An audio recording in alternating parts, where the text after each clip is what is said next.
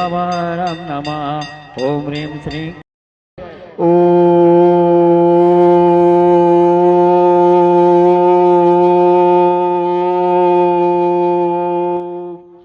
श्रीं क्लीं ऐं आरंभं मम हम सम तम पम बम बम मम मम हम सम सम तम तम पम पम झम झम झीं झीं श्रीं श्रीं जाम जाम झीं झीं जावे जावे नमस्ते भगवते श्रीमते।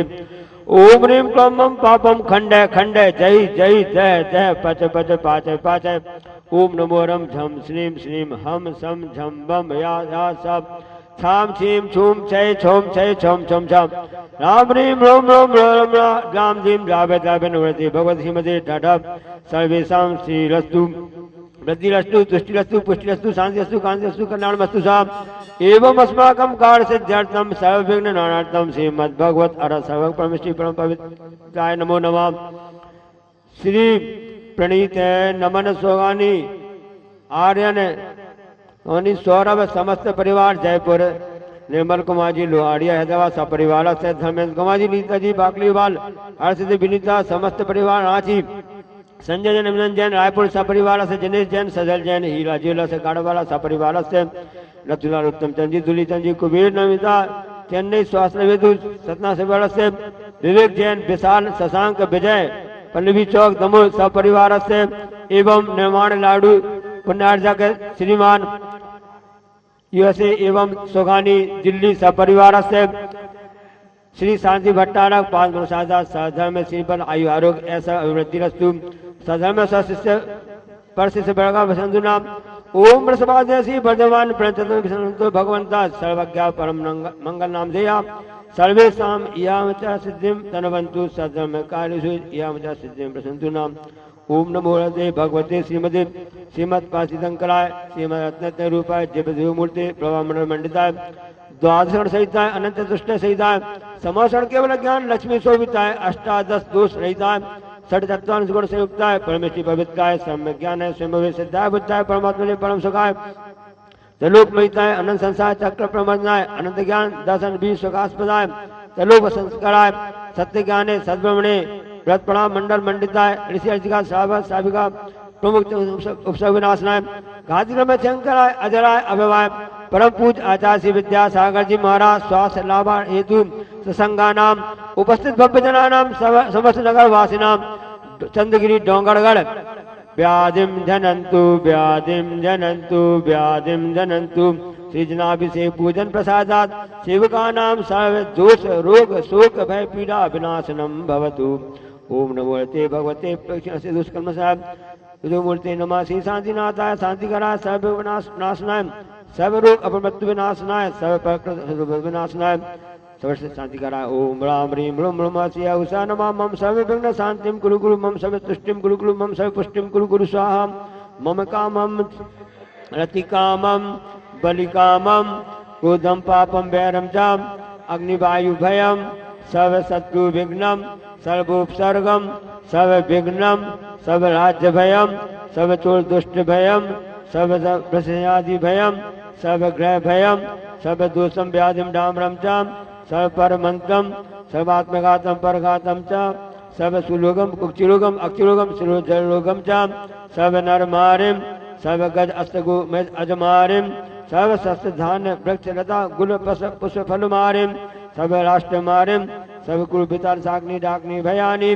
सर्व वेदनीयम सर्व मोहिनीयम सर्वापस्य मारिम परम पूज आचार्य विद्यासागर जी महाराज स्वास्थ्य लाभ हेतु उपस्थित भव्य जनानाम समस्त नगर वासिनाम चंद्रगिरी डोंगरगढ़ एवं परम भगवान चंद्र स्वामी निर्माण महोत्सव अशुभ क्रम जनित दुखानि चिंचिंदय भिन्न दुष्ट जन कृतान मंत्र तंत्र दृष्टि मुष्टि छर सिद्ध दोषाम सब दुष्ट देव दानव वीर नर नार सिंह युग्नि कृत दोषाम सर्वाष्ट कुलीन नाग जंत विस्भयानी सब स्थावर जंगम वृष्ट सबद दोषाम सब सिंहाष्टक प्रदान कृत दोषाम पर शत्रु कर्माणो चाटन विद्वेषण मोनि वशीकरणादि कृत दोषाम ओम ह्रीम असमभ्यम चक्र विक्रम सत्य तेजो बल स्वर वीर शांति पूरे पूरे सब जीवानंद नाम सब जनानंद नाम सब भव्यानंद नाम सब गोकुलानंद नाम सब राजानंद नाम सवे ग्राम नगर कीट करवट पत्तन पत्तन दोर्मुखा संवाहानंदनम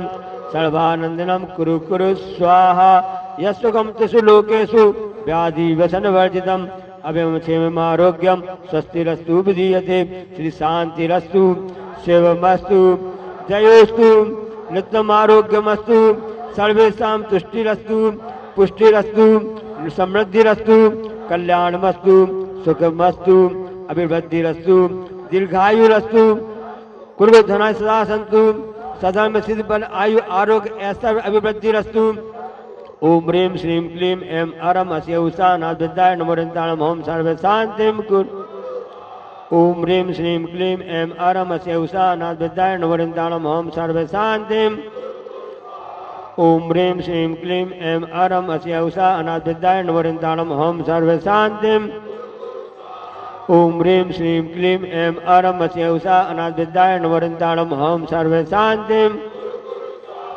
ओम ह्रीं श्रीं क्लीं ऐं अरम अस्य उषानाथ विद्याय नमोरिन्ताणम ओम सर्वे शांतिं ओम ह्रीं श्रीं क्लीं ऐं अरम अस्य उषानाथ विद्याय नमोरिन्ताणम ओम सर्वे शांतिं ओम ह्रीं श्रीं क्लीं ऐं अरम अस्य उषानाथ विद्याय नमोरिन्ताणम ओम सर्वे शांतिं ओम ह्रीं श्रीं क्लीं ऐं अरम अस्य उषानाथ विद्याय नमोरिन्ताणम ओम सर्वे शांतिं ओम ह्रीं श्रीं क्लीं ऐं अरम अस्य उषानाथ विद्याय नमोरिन्ताणम ओम सर्वे शांतिं आयुर्वल्ली विलासम सकल सुख फले कल्पम धीरम भीरम शरीरम नृपमुत्तिनाथुकीर्तिदम सिद्धिं वृद्धिं समृद्धिं प्रतुतनिस्फुरदुत्तै प्रतापम कांतिं शांतिं समाधिं विदुततमामुत्तमा शांतिधारा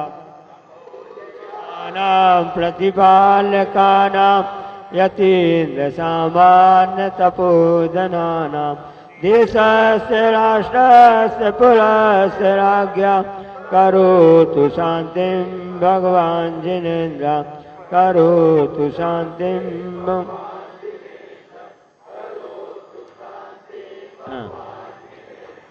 बोलो शांतिनाथ भगवान की भगवान के मोक्ष कल्याणक महोत्सव।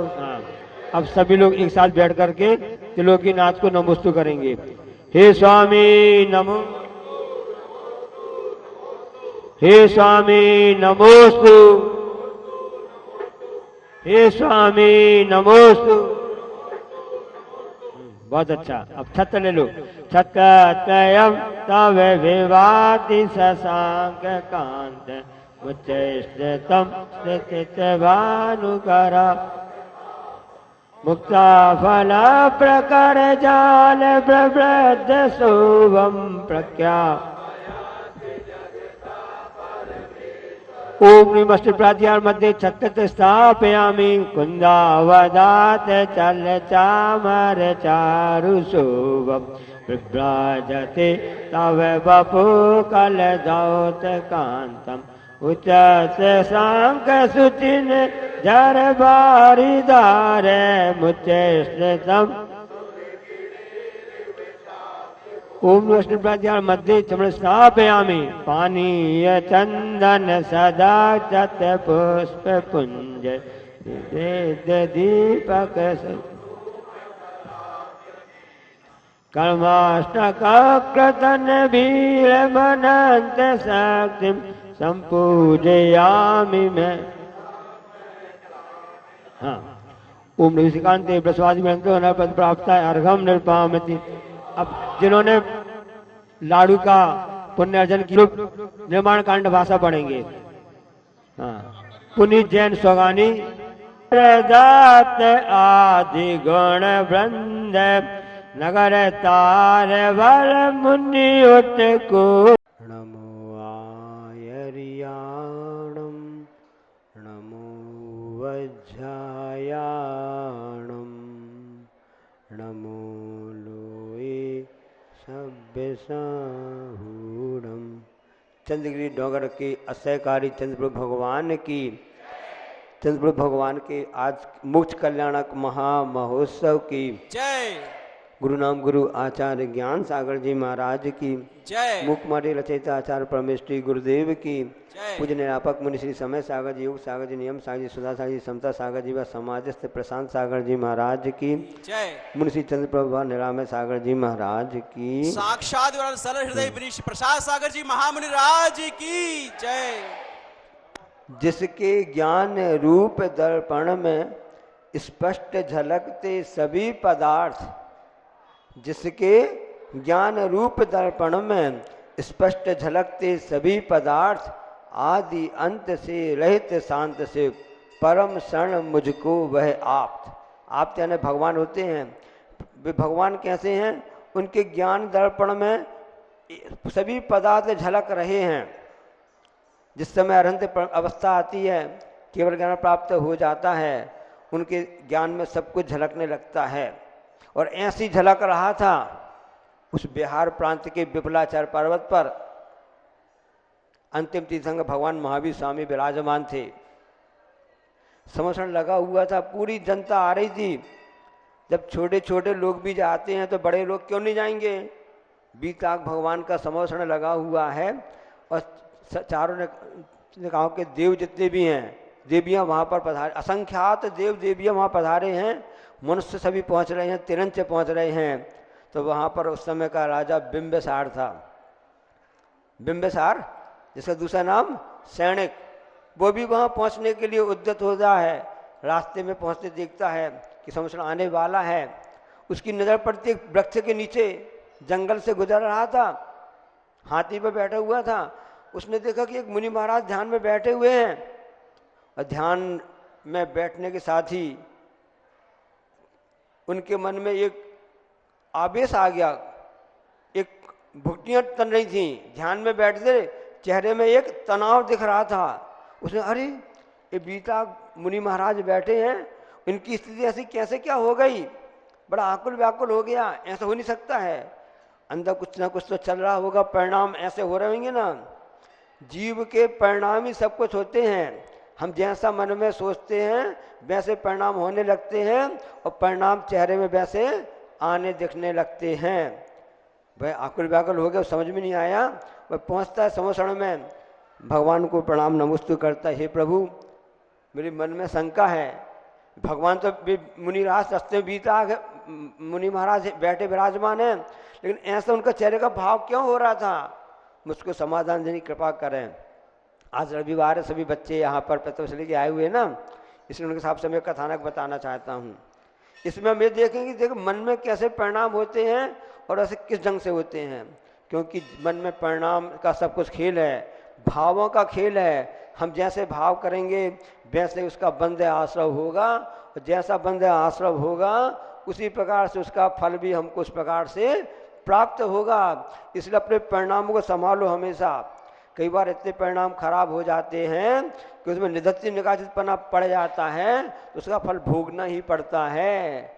जैसे कि कल दोपहर को परम पूज्य आचार्य महाराज जी के साथ में हम सभी तीनों महाराज जी हम लोग बैठे हुए थे और हनुमान के माता पिता पवनजय और अंजना उसका प्रकरण चल रहा था, वो आपको बाद में बताएंगे।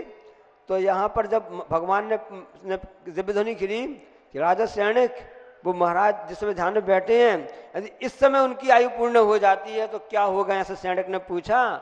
तब भगवान ने कहा, दिव्य ध्वनि में आया, उस समय यदि आयु पूर्ण हो जाती है, मरण हो जाता है, भलाई वे मुनि महाराज हैं, खोटे परिणाम उनके मन में चल रहे हैं, उनके लिए अच्छी गति नहीं मिलेगी, सदगति नहीं मिलेगी। अरे ऐसा कैसे हो गया? ये तो परिणाम का खेल है। अब लौट के आके देखता है तब आपको पता क्या होता है। हुआ ऐसा था, अब थोड़ा फ्लैशबैक चलते हैं कि चंपा में एक राजा श्वेत वाहन थे और उनके मन में अच्छे निपुण महाराज वहाँ पर अपना शासन करते थे राजा, और उस समय उनके मन में वैराग उत्पन्न हो गया। छोटा सा उनका सुपुत्र है, लेकिन श्वेत वाहन ने सोचा कि नहीं, अब मुझको तो जंगल तपस्या करने जाना है। जीवन किसी भी क्षण में वैराग्य उमड़ सकता है। संसार में रहकर प्राणी संसार को तज सकता है। तो उस समय महाराज राजा ने सोचा कि संसार तो नश्वर है, इस संसार में कोई भी सार नहीं है। उन्होंने अपने छोटे बालक को तिलक लगा करके उसको राजपाट सौंप दिया। ये बालक अब इस राजपाट करेगा। सब मंत्री को समझा दिया, आप इसकी व्यवस्था रक्षा करना देखना, सेना पे समझा दिया। और वह जंगल में जाकर तपस्या करने लगे। उनका नाम धर्म रुचि नाम महाराज उनका हो गया था। क्या नाम है उनका? नाम धर्म रुचि उनका नाम हो गया था। अब राजा अपने ध्यान, भगवान महाराज जी अब ध्यान में बैठे हुए थे। अब वहां से कुछ श्रावक सब निकल ही रहे थे। एक श्रावक ने कह दिया, ये तो यहाँ मुनि महाराज बन के बैठे हैं, छोटे से लड़के को वहां राजपाट देकर आ गए हैं, कुछ संसार से भाग गए हैं, संसार से डर गए हैं। और वहां पर छोटे बालक को समझ करके आसपास के जितने भी शत्रु राजाओं ने चढ़ाई कर दी है।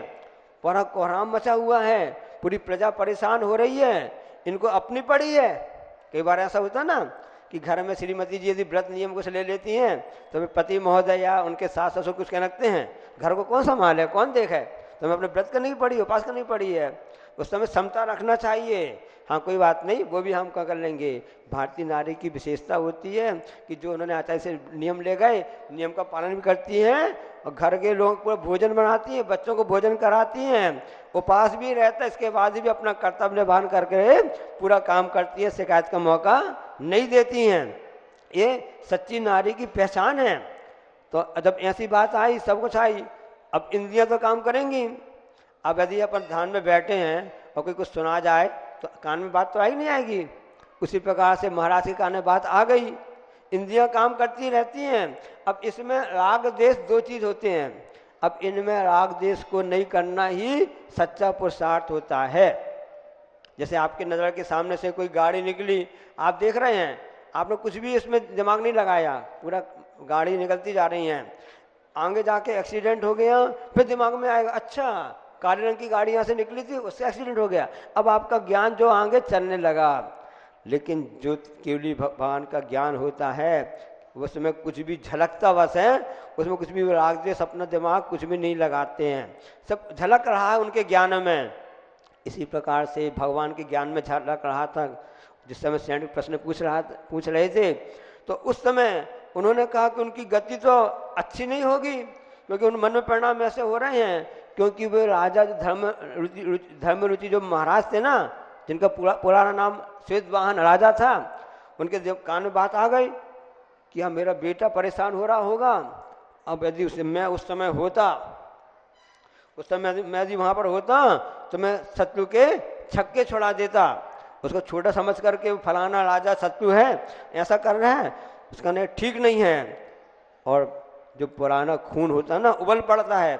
मन में से परिणाम आ गए उनके कि मैं उस शत्रु को छोड़ूंगा नहीं, किया कुछ भी नहीं है, मन में परिणाम बस आ रहे हैं, क्योंकि उनके कान में बात आ गई है कि उनके बेटे को सताया जा रहा है। बेटे जो राजा बन छोटा समझ करके उसके लिए शत्रु राजा उसके लिए परेशान कर रहे हैं। अब ऐसे समय यदि आयु का बंध होगा तो उस हिसाब से होगा। तो उन्हें प्रश्न किया सैनिक ने, तो भगवान ने ऐसा बता दिया। अब वह राजा सैनिक वापस आ रहे थे। उसी समय उन महाराज ने सोचा, अरे परिणामों की बात है कि अरे मैं क्या कर रहा था, मैंने राजपाट तो छोड़ दिया, मैं तो मुनिराज बन गया हूँ, मैं तो मुनिराज बन गया हूँ। अब मेरा तो किसी से लेना देना ही नहीं है। जब मेरा शरीर ही मेरा नहीं है तो मेरे पुत्र वगैरह कैसे हो सकते हैं। धन कन कंचन राज सुख सभी सुलभ कर जान, दुर्लभ है संसार में एक जतारत ज्ञान। ये धर्म रूपी जो है वह सबसे बड़ा दुर्लभ है, वही वास्तव में ही हमको प्राप्त करना है। ऐसे वह 12 भानु चिंतन में लग गए कि संसार में नश्वर है, हमारा कोई भी नहीं है, हम न किसी के, कोई न हमारा, ऐसा विचार आने लगता है। और विचार आते आते वह अपने ध्यान में अपनी आत्मा में लीन हो जाते हैं, आत्मा में लीन हो जाते हैं। और लीन होते होते ऐसी एकाग्रता, ऐसा ध्यान अग्नि प्रज्वलित होती है कि जो महाराज जिससे प्रणाम कर रहे थे, अच्छी गति का बंद नहीं हो रहा था, अन्य गति के लिए जाने वाले थे, परिणामों को संभाल लिया और ध्यान करके निर्माण को प्राप्त कर गए, केवल ज्ञान को प्राप्त कर लिया। राजा सैनिक वहां से लौट रहे हैं, उन्होंने देखा अभी तो मैंने भगवान जो महाराज जी कितने क्रोध में दिख रहे थे, चेहरा तम दिख रहा था। अब महावीर स्वामी भगवान के संसरण में आया था, उनकी अच्छी गति का बंधन नहीं हो रहा है। यहाँ तो उल्टा हो गया, यहाँ तो पूरे देवलोग उत्सव मना रहे हैं, मोक्ष कल्याणक निर्माण कल्याण मना रहे हैं। क्योंकि ऐसा होता है ना, पहले केवल ज्ञान प्राप्त होता है, ज्ञान कल्याणक मनाया जाता है, बाद में मोक्ष होता है, मोक्ष कल्याणक मनाया जाता है। जैसे कि अष्टम तिथि से आज चंद्र भगवान का मोक्ष कल्याणक है, इस चंद्रगिरी क्षेत्र के जो कि मूल नायक हैं। ऐसे विशाल प्रतिमा जो ऊपर पहाड़ में विराजमान है, प्राण प्रतिष्ठा के लिए परम पूज्य आचार्य श्री के कर कमलों से होने के लिए पूरी कमेटी, पूरी समाज, पूरी प्रतिभा स्थली चंद्रग्रहण इसके लिए कटिबद्ध है। सब आंखें सजोकर देख रहे हैं कि हे भगवान वह मंदिर का कार्य कब पूर्ण हो जाए और आचार्य श्री के कर कमलों से उस मूर्ति में प्राण प्रतिष्ठा और सूर्य मंत्री प्राप्त हो जावे। ऐसा मोक्ष कल्याणक वहां पर मनाया जा रहा था। राजा सैनिक कहते हैं कि तीर्थंकर भगवान महावीर संध्वनि में आया और यहाँ पे ऐसा हो रहा है, ऐसा कैसे हो सकता है? भगवान की वाणी तो हमेशा ऐसी होती है, क्या हो सकता है? असर पड़ गया, क्योंकि क्षुद्र ज्ञान है, हिलडुल तो होता ही रहता है, क्षय ज्ञान तो है नहीं है। उस समय उसके लिए जैसा भी हो पूर्णता को प्राप्त नहीं कर पाया है। बाद में लौट कर वहाँ पहुँचता है, प्रश्न करते हैं वहाँ पर भगवान के सामने में दूसरे दिन जाके कि भगवान मैंने ऐसा देखा, आखिर ऐसा कैसे हो गया? तब प्रभु ने कहा, सैनिक ये परिणामों को संभालने की बात है।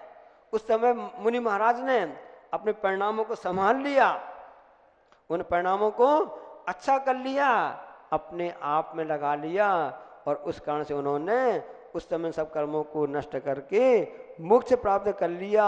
इसलिए राग देश जहाँ पर होगा वहाँ पर जहाँ राग देश होगा वहाँ कर्म बंध होगा, जहाँ राग देश से रहित अवस्था होगी कर्म निर्जरा होती रहेगी, और जो पुराने कर्म बंधे हैं उनका भी निर्जरा होती रहेगी। एक समय ऐसा आएगा कि हम सभी उसको प्राप्त करके मोक्ष को प्राप्त कर पाएंगे। इसलिए हमेशा ऐसे परिणाम करो, ऐसा ना हो कि कोई भी हमारा परिणाम खराब हो जावे कि जिससे ऐसा निदत्तीपना निकाचितपना भी उसमें पड़ जाएगा, उसका फल भोगना ही पड़ेगा, अवश्य भोगना पड़ेगा, ऐसा नियम ही है। लेकिन कई बार नियम में छूट भी हो जाती है। ऐसे यदि आपको फल भोगना पड़ रहा है, सब कुछ होना भी पड़ेगा, लेकिन और किसी कारण से वह नष्ट नहीं हो सकता है। एकमात्र प्रभु के चरणों में पहुंच जाओ, त्रिलोकीनाथ के चरण पहुंच जाओ, वहां पर पूजन अर्चन पाठ करोगे तो ऐसे निदत्तीपना कर्म भी प्रभु के दर्शन से, उनकी पूजन अर्चना करने से नष्ट हो जाते हैं। क्योंकि आज नहीं कल से तो आपके यहाँ पर सबके यहाँ पर अष्टांग का प्रवचन होने वाला है, जिसमें सभी नंदीसर दीप में स्थित जिनालय 52 जिनालयों की अपन सब पूजन अर्चना करते हैं। ये पर्व के दिन कहलाते हैं। इसका उद्देश्य यही रहता है, हे भगवान भी कर्मों की निर्जरा हो। तो जिस तरह से उन धर्म रुचि महाराज ने, मुनि महाराज ने, जिनका पुराना नाम सेतवाहन राजा था, उन्होंने अपने परिणाम को संभाल लिया। उन परिणाम संभाल करके वह अपने आप को उन्होंने कल्याण कर लिया। अब इसमें ऐसा गाढ़ापना क्यों कैसे आता है उसको समझ लेते हैं आगम की भाषा में। एक धूल से भरा हुआ मैदान है, उस मैदान में 4 बांस गड़े हुए हैं। बच्चों समझना ना, बिल्कुल सरल उदाहरण बता रहे हैं, समझ आएगा। धूल से भरा हुआ मैदान है, 4 बांस गड़े हुए हैं। अब 4 बांस, एक पहला जो बांस है ना उसमें पानी लगा हुआ है, पानी गीला पानी से गीला है। एक में तेल अकेला लगा हुआ है, और एक बांस में क्या है, गोंद लगी हुई है, और एक बांस ऐसा जिसमें कि डामर लगा दिया गया है, ताजा सब लगा दिया गया है। अब हवा चली तेजी के साथ में, धूल उड़ी। अब किस में धूल ज्यादा चिपकेगी, किस में कम चिपकेगी? जिस बांस में पानी लगा हुआ है उसमें धूल चिपकेगी, थोड़ी मात्रा में चिपकेगी, और जैसे पानी सूखेगा तो धूल झड़ के नीचे गिर जाएगी। जिस बांस में तेल लगा हुआ है उसमें धूल थोड़ा ज़्यादा चिपकेगी, ज़्यादा लगेगी, और कुछ समय बाद जो तेल पूरा सूख लेगा, बांस को तेल सोख लेगा, तो पूरी धूल बाद में धीरे धीरे उसमें चुस्ती को कुछ गिर जाएगी, कुछ बची रह जाएगी। तीसरे जो बांस है उसमें गोंद लगी हुई है, उसमें इसकी दूसरी तुलना में ज़्यादा गोंद आपकी धूल चिपक जाएगी। जिसमें डामर लगा हुआ है, होली आ रही है, पहले होली आजकल भी खेलते हैं ना, गलत ढंग से खेलते हैं ना, डामर वगैरह लगा देते हैं, आसानी से छूटता नहीं है, रंग भर छूट तो जाता है। सफ़ेदा डामर होता है ना, काले रंग का डामर होता है ना, उसके मिट्टी तेल छुड़ाना पड़ता है, मिट्टी तेल लगाना पड़ता है, रगड़ के साफ करना, तब कहीं जाकर के वह मुश्किल से छूटता है। अब जिस बांस में डामर आदि ऐसी वस्तु लगी हुई है, उसमें धूल उड़ कर के चिपकेगी तो कितनी मुश्किल से निकल पाएगी। बस समझ में आ गया। ऐसी उदाहरण हम आपको बता रहे हैं। इसी प्रकार से यदि हम कसाई भी करते हैं तो हमको डामर जैसा कसाई नहीं करनी है, गोंद जैसी कसाई नहीं करनी है, ये अनंतानुबंधी अप्रत्यक्ष जैसी कहलाती हैं। हमको यदि कसाई कर्म, जैसे हमको कसाई आती है, क्रोध मान मायलोभ आता है, हमको पानी की जैसे करनी है, जिस बांस में पानी लगा हुआ है, जिस बांस में हल्का सा तेल लगा हुआ है, कि ताकि समय आने पर वह भी निकल जाए। एक कहलाती है प्रत्याख्यान या और एवं संजलन। तो ऐसे कार्य हमको करना है कि मौका आने पर भी हम उससे आसानी से छूट जावे। ऐसा हम प्रयास करते रहेंगे तो राग देश की डोरी से, बंधन से मुक्त होकर के हम धीरे धीरे अपने स्वरूप को प्राप्त कर लेंगे। इसी स्वरूप को प्राप्त करने के लिए जो भगवान प्रभु ने पुरुषार्थ किया है, हम भी ऐसा पुरुषार्थ करें और उस भाव को परिणाम करें, उन परिणाम प्राप्त करें जिनके द्वारा हम अपना भी हित कर सकें और पर का भी हित कर सकें। अब बोलो अहिंसा परमो धर्म की, जा वाणी के ज्ञान ते सूझे लोकालोक, वाणी मस्तक धरूं सदा देत हूँ जो, हे जनवाणी भारती तो जपो दिन, जो तेरो शरणा गई सो पावे कायो।